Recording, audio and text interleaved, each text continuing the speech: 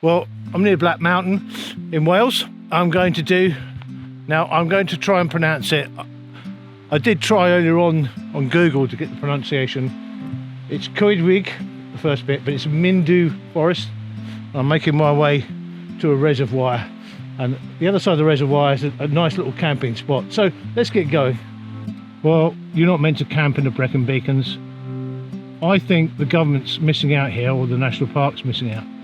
Because if it brings people to the national park and they're spending money, it's a good thing. They just need to police it a lot better. Most wild campers are decent people, and I know many people have used this area, so I get a little bit annoyed that, you know, threatening signs are up, but you know, it is illegal and etc, etc. But I think it needs to be looked at, this law, because I don't think millions of people go wild camping. They're not going to have a huge effect on the environment. All they are doing is putting up a nylon tent at night time, really, and going into a sleeping bag.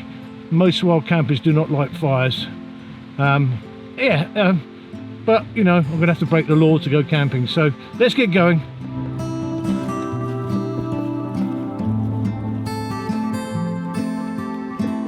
I've only got a short walk in today because of the time, yet again.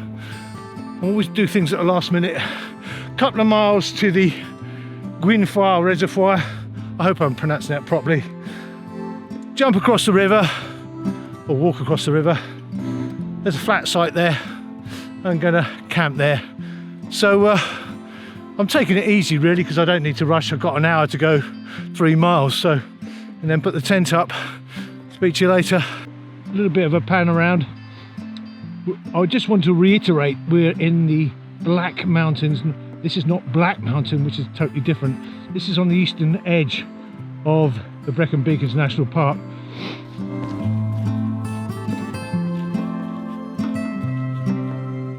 Well, that's the dam for the Gwinfair reservoir. I know I'm not pronouncing that right, but I'm going to walk along the length of that and then cross the river at the other end of the reservoir. There's plenty of flat sites down there, but it's not a very nice place, so I'm going to give that a miss. Well, this is the reservoir. It's not a big one. I should imagine it's a deep one though, judging by the size of that wall. Now I want to get to the other side. I could cross here and cross a small brook there and go along, but there's a guy called Di. I can't remember the name of his channel. I watched his video and I'll thank him somehow online. I'll put a link when I come to edit this video. And he crossed the river farther up and found a flat site, so I'm sure I'm going to get camped. There's plenty of places to camp. I'm not worried. If I even have to walk back along that road and find that flat spot leading up to this damn wall, I will. But anyway, there's even a spot here, as a matter of fact. So I'm sport for choice really, but I will go for what Di did, which is go the length of the reservoir and then cross the river, and there's a flat spot he camped on. Let's go and find it.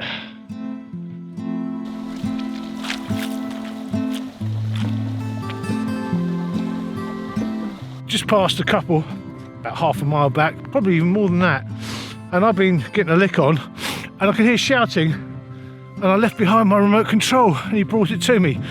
How nice. We are now approaching the smallest mountain bothy in the UK. Well, it belongs to the Mountain Bothies Association, and it's their smallest bothy, so it's a Gwinfair, whatever you like to call it, bothy. I'm going to cross the river here. Some lovely flat bits up there, but I'm going to try and hide amongst the trees over there so I'm not too obvious. But let's have a look in the bothy. Well, here's the bothy. Let's take a look. All in Welsh, don't know what it means. Let's take a look inside. There you go. It's even got a fire, so if you can get some wood, I'll bring some coal up. Yeah, usual things. Now, the Mountain Bothy Association, it's even a frying pan there, is run by volunteers. You can pay £26 a year, but you don't have to pay that to use the bothies. But if I was in Scotland, I definitely would pay the £26 because the bothies are fantastic. So yeah, it's not exactly huge. Let me come back to the door again. So you wouldn't sleep on that bench. You'd have to put your mat on the floor. So there's even some kitchen roll there. So if you brought up a little bag of smokeless coal or something, because I don't like burning wood. Something like that. You could have a nice warm night in here, but I don't want to sleep in here because I like to be under nylon. So let's get out. Oh, there's a little ladder. No, I've made a mistake. There's a sleeping area up there. So let me climb with this in one hand. So pull myself up. Yes, quite big actually. So, you know, you could sleep up there. Didn't see that. Anyway, let's get out and get to the other side of the river. I notice that the bothy's not on the Ordnance Survey map at one at 25,000 or one at 50,000, one in 50,000, one in 25,000 I meant to say. So that's a bit bad really, because if I was stuck up here in a blizzard and didn't know that was there because it's not on the map, that's not good. Anyway, and I can't even see the building on the map, so that's very unusual as well, but I will have a better look when I've stopped. But anyway, let's cross the river here. It's a very easy crossing. Make my way up there on that sort of natural ledge, go round to where the trees were and pitch up for the night. It's getting cold quite quickly. I would say it's about 4 degrees and my hands are cold already. So the minute I stop, I put my gloves on, rule number 1. Anyway, let's get going, cross this river. Nearly got a boot full when I jumped in. But I didn't actually, so nearly there. So there you go. Pretty easy. Make my way up here now. There's a flat site there, but I don't like the sound of rivers, etc. I just don't. Some people find it soporific, sends them to sleep. I'm the opposite. So I'm going to go up here and check it is flat. If it isn't, I'll come back to this site here. Or I might go in the bothy. No, I'm not going to go in the bothy. I like to wild camp better. I know it's illegal, but anyway, let's get upwards. Someone's had a fire down there and they're cutting bits off the trees. You know, come on, it's a national park. I know I'm camping illegally, but yeah, it's not on. Well, not as good as I thought it would be. In fact, it's pretty pants. Might squeeze in here, but there's sheep excrement everywhere. So it looks like it's going to be the river, or maybe the site where they lit that fire. Let's have a look. And another fire down there as well. Shame on you. Actually, I just dropped down a little bit and I found a site, and that's where they lit the fire down there. Quite a big one. They've walked a long way just to light a fire. Whether they're wild campers or not, it doesn't matter. Why am I so against the fires? I just think you're polluting the atmosphere unnecessarily. I know a stove is a pollutant in some ways, but it only puts out heat really. But that's not necessary. So they must go around here taking bits of wood, etc., and finding bits of wood and lighting a fire. I just don't approve of it. That's my opinion. Other people might not agree with me. Yeah, that's the reservoir obviously, so I better hurry up and pitch up because it's getting dark.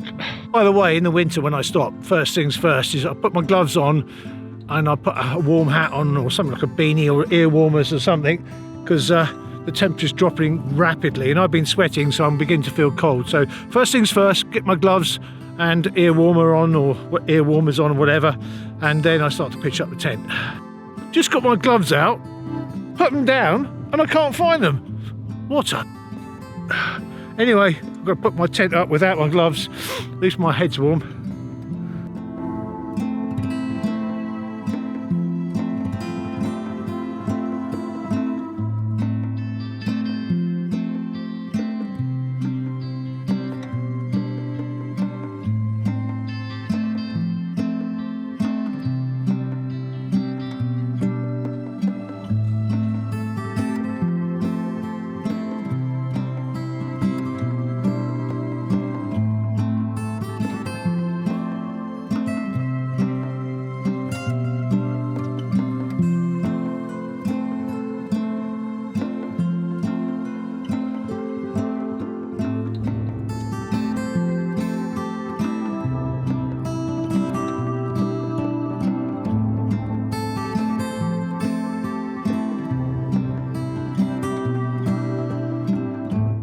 That's my gaff, I'm all sorted. I'm not that hungry. I stopped at Subway for a tuna and cheese melt wrap. I reckon it's about 1,000 calories. And I've only done what is it, 4 mile walking, if that, probably more like 3.5. Yeah, so it's not a bad site, it's not perfect. I'm sloped downwards, but that's not a problem. But it does mean though that stuff will get wet at the bottom of the tent because condensation will run downwards, and that seems to always happen anyway. So my sleeping bag always seems to get wet at the bottom. I've never quite worked out why it gets wet at the bottom. I mean, condensation is condensation, but anyway, I think I'm going to have a beef goulash. Now I could do it sat inside the tent, well, kneeled inside the tent here, but honestly, I've got enough light. I'm going to do it on a rock over here. I'm really annoyed about my gloves. I can't believe I've lost them. I must have put them down somewhere stupid. And I'll probably find them in the morning, but not having gloves is a really schoolboy error. Yeah. So anyway, let's get something to eat. I'm having Blåbrand. I presume that's how you pronounce it. Goulash, Swedish. This MSR gas really works well, I have to be honest. I've got a Soto Windmaster stove. I can't remember the name of this kit. It's got a non-stick pan. I'm not entirely impressed with it, and it cost me the king's ransom to buy it. But anyway, and I'm not that hungry, but I thought, well, it will save me eating in the morning, because I don't usually eat in the morning anyway. I just want to get away early. So I pitched up late, and I want to get away early because it's the winter. I've got to go to bed. Well, go to sleep, let's put it that way. Anyway, I'll see you in a minute. I just want to show you something stupid with my lamp. It's on red at the moment. If I press it hard again, I believe it goes to green, red, green, blue. Press it again, goes off. Now red, a blue, quick clap, that's it. So you can impersonate a policeman. It's the Petzl Ticker, I think it was Tactica. I think the army use them or whatever. They're trying to promote them for armed forces, and it's RGB for red, green and blue. So if you want this one, you have to make sure it's got RGB at the end. It's about 40 quid, lots of money, but yeah. Anyway, I'll turn it off now. I'm like a little kid. Well, let's try this goulash then. I've waited long enough for it, 10 minutes now. It was about, I think it's £6.70 or something like that on the back. Yeah, £6.75, so it's not exactly cheap. But anyway, let's give it a go. I'm quite nippy without my gloves. A bit chewy. I should have waited a little bit longer, but it tastes nice. Well, it's going cold now. If I left it any longer, I'll put exactly the right amount of water in. But oh god, it's extremely salty as well. Very salty. Some people might like that, but it's all right. It's done its job. 6:30 and I'm in bed. Well, I'm lying on my mat. Just got in the tent. And guess what? I need to go to the toilet. So I've got to unzip and get out again. I've got down slippers on from Rab. A little bit tight. It says 44 to 45 or 43 to 44, I can't remember. No, 44 to 45. And I'm a 45, and with socks on, it's a real push to get them on. So maybe they're not designed to be worn with socks. But anyway, that's what I wear inside the tent, so I don't get them dirty unless it's a really dry outside and I can walk around. But yeah, I do rate them because it allows you to quickly get out the tent for certain things without getting your feet wet, your socks wet, etc. So anyway, I don't want to film myself going to the toilet, so speak to you later if I've got something interesting to say. Well, I got myself a vodka and ginger beer. It's a Moscow Mule. The reason I bring vodka is, yes, I do like a drink. I'm not a complete alcoholic, but beer, it's a long way to carry lots of fluid ounces, so to speak, whereas vodka, you can have a small amount of vodka and have the same effect, and it's lighter to carry. That's the only reason I do it. I try to keep stuff light. I don't think I want to get out of the tent unless obviously I need to go to the toilet, etc. This is a dark sky area, but because I'm in a valley, and I've got 3 big hills around me. I'm not seeing much. I'm just seeing a few stars. It's below, most of it is below my horizon. It's a moonless night, so it would be ideal, but I'm in the wrong place. But it's definitely a dark sky area. So till the morning, cheers. Well, what a difference a day makes. The cloud came in last night. Couldn't see my hand in front of my face. I think it's about 1,500. No, it's actually about 2,000 foot the cloud level at the moment.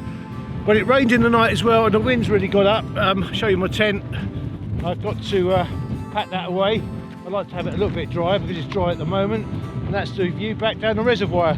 So until I get on the trail again, I'll speak to you later, because I've got to make my way back, obviously. And this is going to be a bugger to pack up in this wind. It's about a 4.6. See you later. It's quite a nice day because it stopped raining now. I don't know if it's going to rain later, but I'm trying to dry my tent out a little bit before I pack it away, so I'm willing to wait around another 20 minutes, let's say.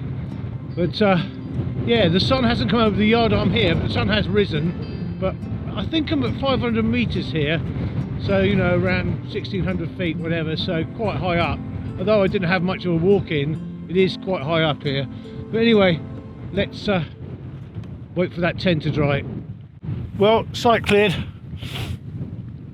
I'm bloody cold. I'm really annoyed about my gloves. There is one small bothy. Back in the car park. See you next week.